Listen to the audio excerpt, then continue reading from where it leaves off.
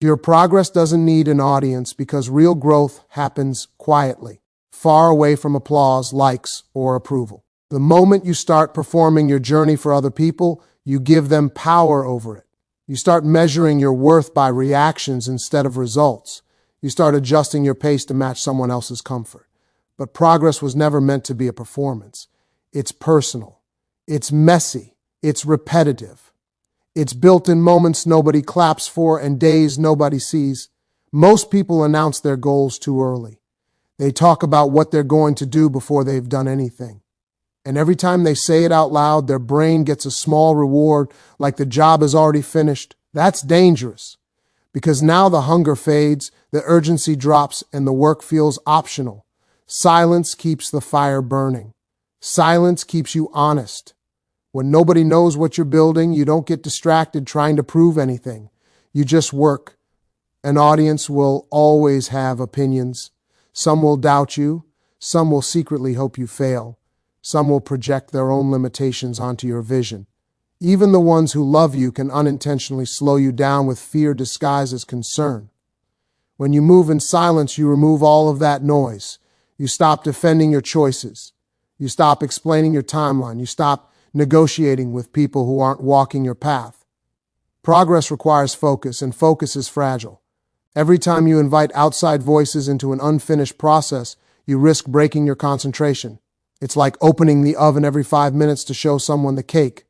You don't need validation while you're still mixing ingredients. You don't need applause while you're still learning. You need time. You need space. You need repetition. You need discipline when motivation disappears. There's also power in being underestimated. When people don't know what you're doing, they don't see you coming. There's freedom in that. You're not boxed in by expectations. You're not pressured to rush results. You're not forced to live up to a version of yourself you talked about before you were ready. You get to evolve privately, make mistakes quietly, adjust without embarrassment. Progress is not linear, and an audience rarely understands that. They only see highlights. They don't see the setbacks, the doubts, the restarts. When you keep your journey private, you give yourself permission to struggle without shame. You don't have to pretend you're confident every day. You don't have to fake momentum. You just show up and do the work, even on the days it feels pointless. Some of the strongest moves you'll ever make will be invisible to others. Waking up early when no one is watching, saying no to distractions that look harmless, choosing discipline over comfort, investing in skills instead of attention, walking away from conversations that drain you. These decisions don't get applause, but they compound. Quiet progress stacks. Small wins multiply when they're protected. An audience can also make you impatient. When people are watching, you want results faster. You want proof. You want something to show.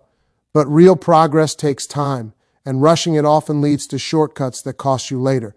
Silence allows patience. Silence lets you build a solid foundation instead of a flashy surface. Silence reminds you that this is about longevity, not momentary praise. When you stop announcing your moves, you start trusting yourself more. You learn to rely on your own standards instead of external feedback. You stop asking for permission. You stop seeking reassurance. You build confidence through action, not talk. And that confidence is quieter, deeper, harder to shake. Progress doesn't need witnesses to be real. It doesn't need validation to matter. It doesn't need to be understood by everyone. The work you do alone is shaping the future you'll live in later. Every focused hour, every disciplined choice, every silent sacrifice is adding up, even if no one notices yet, especially if no one notices yet. Silence protects your vision from doubt and distraction because the moment you speak too early, you invite interference. Not just from critics, but from confusion, comparison, and competing opinions that don't belong in your process. A vision is fragile at the beginning. It hasn't been tested yet. It hasn't grown roots. And when something is fragile, exposure can kill it. Silence becomes a shield. It keeps your idea safe while it's still forming. Doubt spreads fast. One careless comment, one raised eyebrow, one question filled with uncertainty can slip into your mind and start a war you didn't need to fight. Even strong people feel it. You hear someone say, "Are you sure?" or "That's risky," or "Nobody's done that before," and suddenly your confidence starts negotiating. Silence removes that threat. When no one knows your plans, no one gets the chance to plant fear in them. Distraction works the same way. The more people you tell, the more directions you're pulled in. Everyone has advice. Everyone has a suggestion. Everyone thinks their way is better. And now, instead of executing, you're evaluating opinions. Instead of building, you're explaining. Instead of focusing, you're reacting. Silence keeps your energy pointed forward instead of scattered in 100 directions. Your vision is not a group project. It doesn't need consensus. It doesn't need approval. It needs commitment. It needs consistency. It needs time without interruption. Silence gives you room to think clearly, to make decisions without pressure, to change course without announcing it to the world. You're allowed to adjust. You're allowed to outgrow the first version of your idea. You're allowed to pivot without defending yourself. Most people don't realize how much mental energy is wasted on talking. Talking about what you're going to do. Talking about how hard it is. Talking about what might happen. Silence turns that energy inward. It converts words into action. It forces you to face yourself instead of performing confidence for others.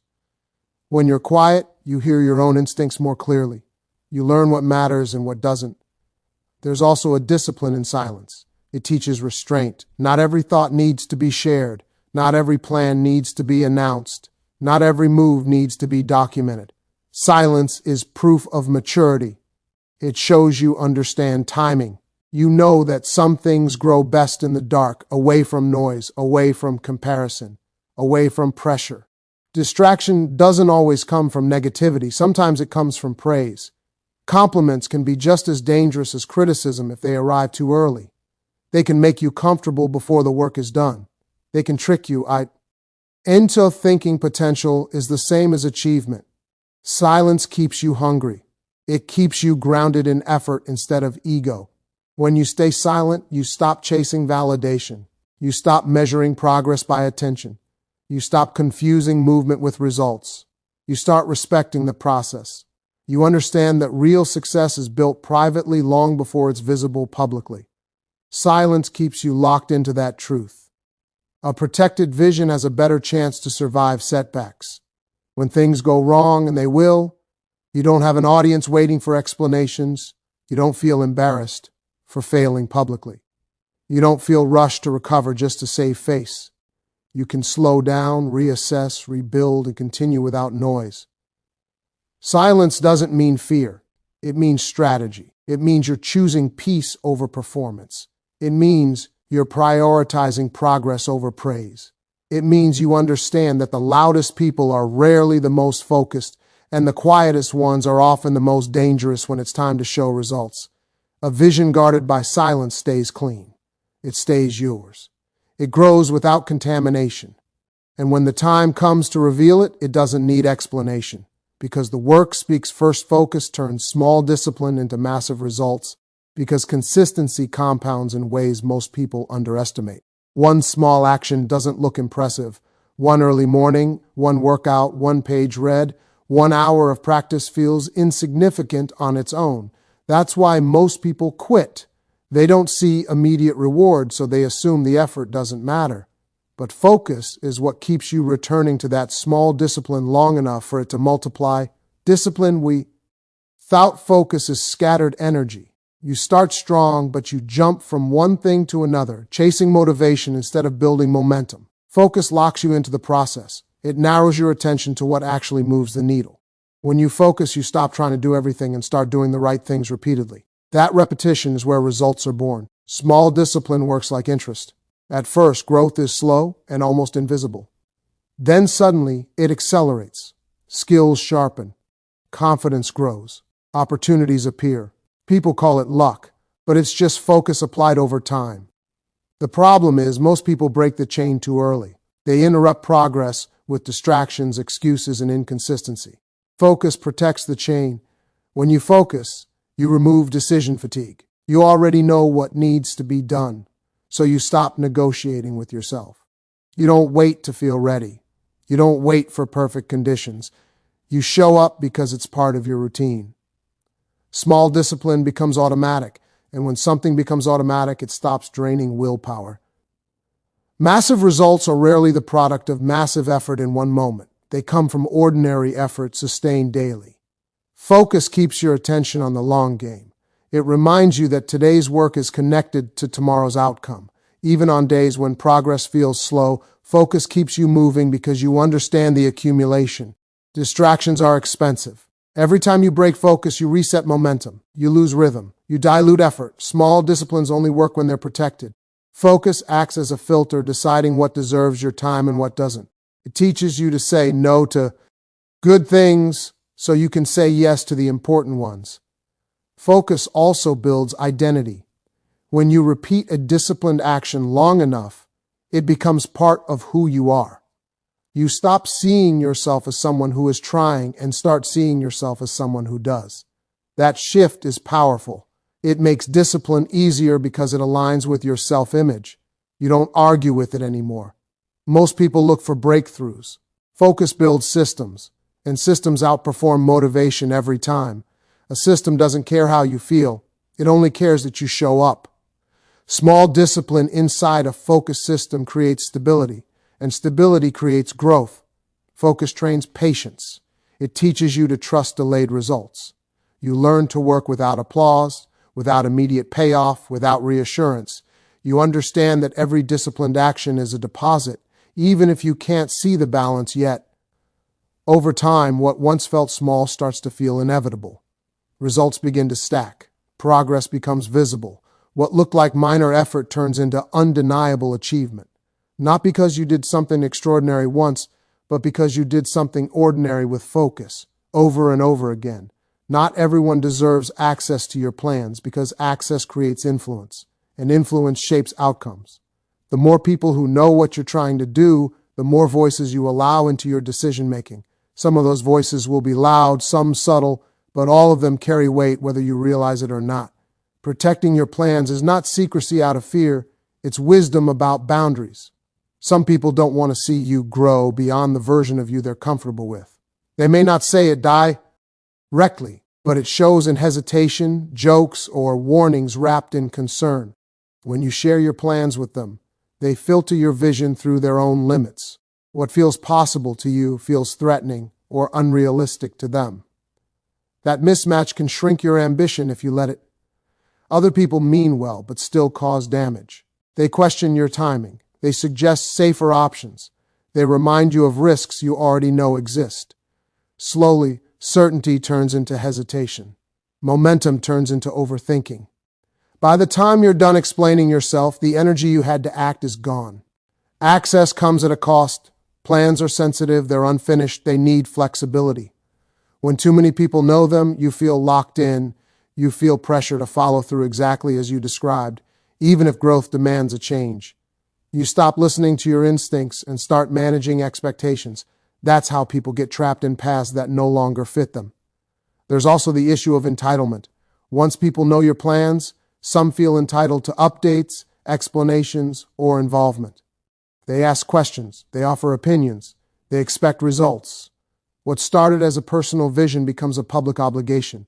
That added weight can slow progress and drain motivation. Not everyone has earned the right to hear your dreams. Access should be based on trust, alignment, and proven support, not proximity or familiarity.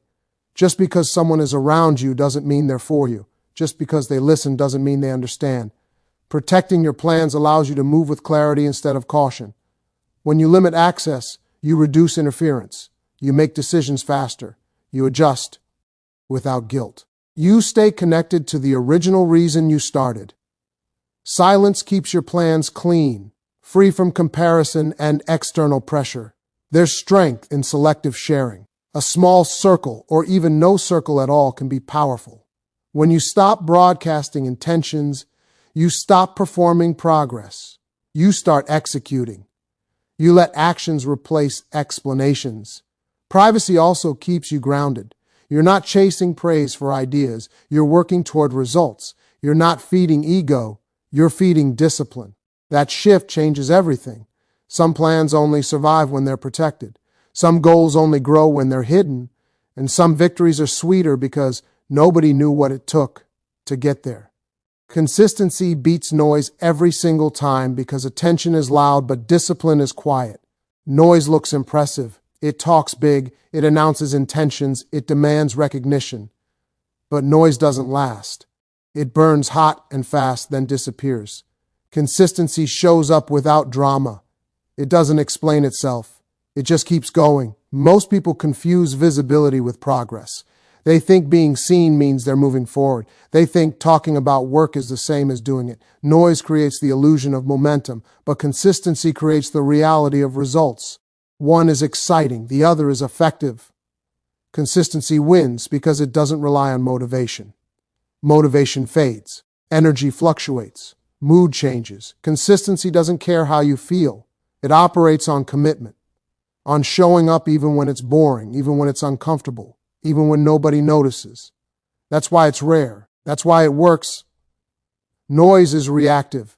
It responds to trends, opinions, and external validation. Consistency is intentional. It's built on routine and standards. When you commit to consistent action, you remove chaos from the process. You know what needs to be done, and you do it again and again. Results don't respond to hype. They respond to repetition. Skills are built through practice. Strength is built through training. Trust is built through reliability. None of these come from noise. They come from consistency applied over time.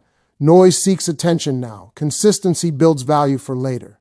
That time difference is where most people fail. They want immediate recognition, so they abandon the process before it pays off. Consistency understands delayed reward. It's willing to be invisible while it's working. Consistency also builds credibility.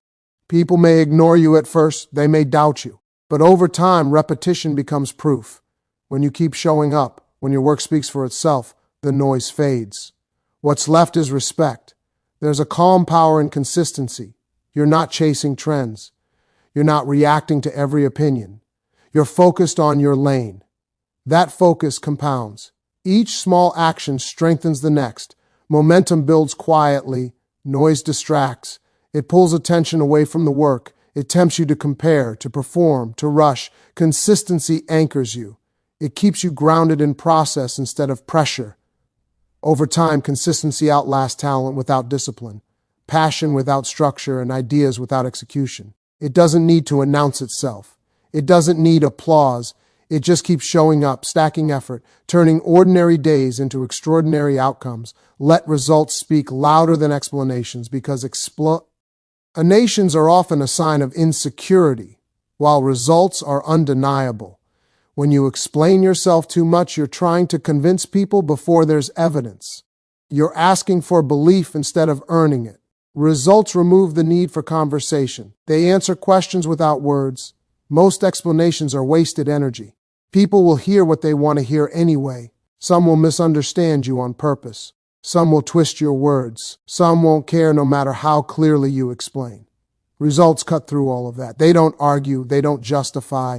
They simply exist. When you focus on explaining, you slow yourself down. You spend time defending choices instead of executing them. You start managing opinions instead of building outcomes. That shift is subtle but dangerous. It pulls your attention away from the only thing that actually changes perception, which is performance. Results also protect your peace. You don't need to engage in debates about your potential, your plans, or your decisions. You don't need to prove anything verbally. You let the work accumulate. You let progress mature. And when the outcome shows up, the same people who questioned you understand without needing a single explanation. Explanations often come from pressure. Pressure to be understood. Pressure to be accepted. Pressure to justify your path. Results free you from that pressure. They place you in a position of confidence, not because you talked, but because you did the work. There's a patience required to let results speak. You have to be willing to be doubted. You have to be willing to be misunderstood for a while. That patience is uncomfortable, but it's powerful. It means you trust the process more than you trust words. Results are objective. They don't rely on charisma, tone, or persuasion. They stand on their own. That's why they last. Explanations fade. Results remain. When you lead with results, you attract the right attention. Not curiosity, not skepticism, but respect. People stop asking what you're doing and start asking how you did it. That shift only happens when the work is done, not when it's promised. Letting results speak also keeps ego in check. You're not trying to win arguments. You're not trying to look smart. You're focused on substance, on building something real. That focus sharpens discipline and deepens commitment. In the end, results don't need translation. They don't need defending. They don't need approval. They communicate clearly, powerfully, and permanently long after explanations have been forgotten.